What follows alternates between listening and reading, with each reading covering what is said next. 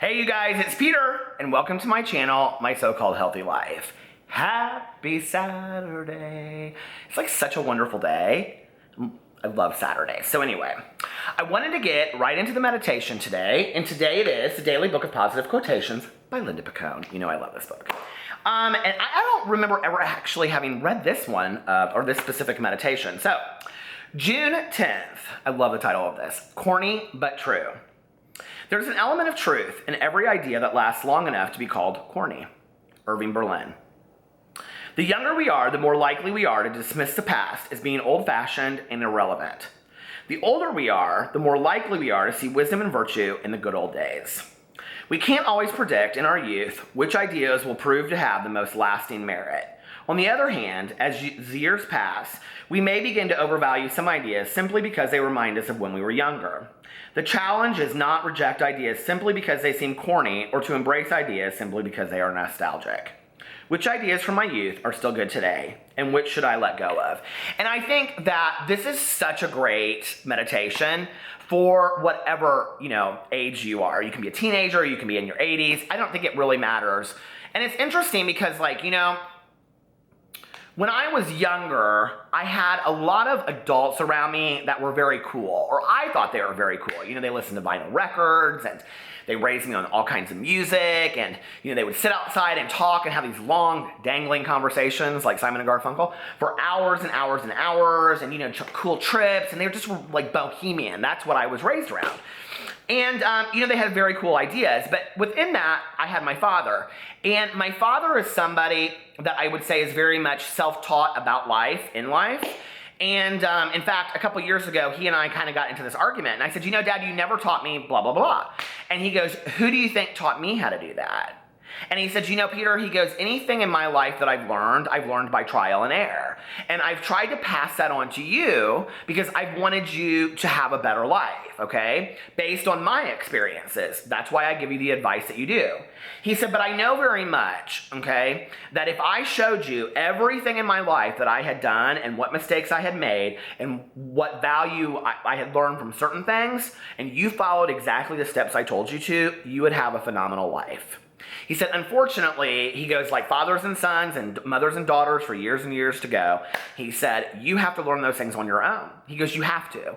And he goes, and you will learn much too late that I was right about a lot of things.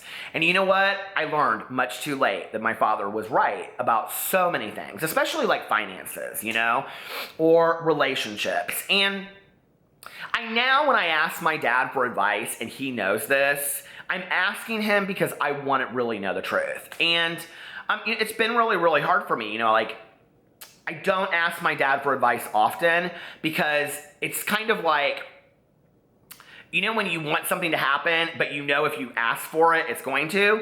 It's very similar to that. I know if I ask my dad for advice on a very serious situation, not out of nostalgia, but based on his life experience, he will tell me what he really thinks. And I know that what he's telling me is right.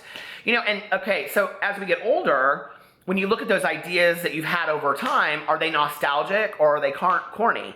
Well, I think there's a mix of both, I have a lot of corny ideas. There's a lot of corny things I like. And, you always grow up thinking that you'll never say fountain pop was, 35 cents when I was your age. Well, I say that now. I say all those things, okay? I say all those things that I never thought I'd say. Like when I see people's kids and they're 16 and the last time I saw them they were 11, I'll say, oh my God, I remember when you were only 11. Do you remember when your parents, all of these corny things that I thought I will never say those things. I never thought I would be 44 years old with gray hair and a beard. Never. I said I will never have facial hair.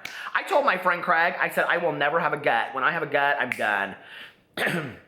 We ain't going to show that on camera. But, we have these belief systems that change over time, and you have to kind of adapt to who you are as a person and what happens. And listen, getting old can be a bitch. But getting old can be fantastic too, My mom, I think, had more fun. She got sober at 51. I think she had more fun and more freedom in her 50s than any other age. And I'm looking forward to my 50s, you know? I mean, I don't want to be there tomorrow, don't get me wrong. But I mean, when it happens, I'm not going to look down on it. And I've always been that way. You know, my husband had a really hard time turning 30. And I was like, you're 30. I mean, he's 32 now. But when he turned 30, he was like, I can't believe I'm 30. I was like, you're 30, okay? I'm 42 at the time. So get over it. He was like, I just can't believe it. But you know, like 30 wasn't hard for me, but I will tell you, and if anybody knows this show, you'll know what I'm talking about. 31 was hard because when I was in my, like, once I was 31, I was like, it reminded me of the show 30 something. And then I started comparing my life to other people that were the same age as me. And I was like, I'm just kind of not really where everybody else is at. But my journey's different. You know?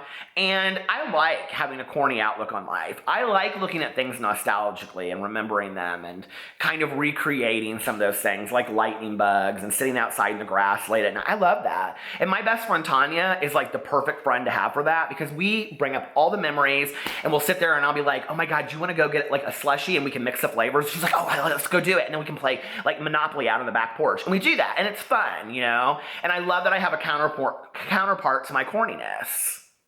Because life's short anyway, and we should all have fun, and we shouldn't beat ourselves up about it, right? But it is important to let some beliefs go as we go over time and grow up and expand and become new people, and that's called remaining teachable.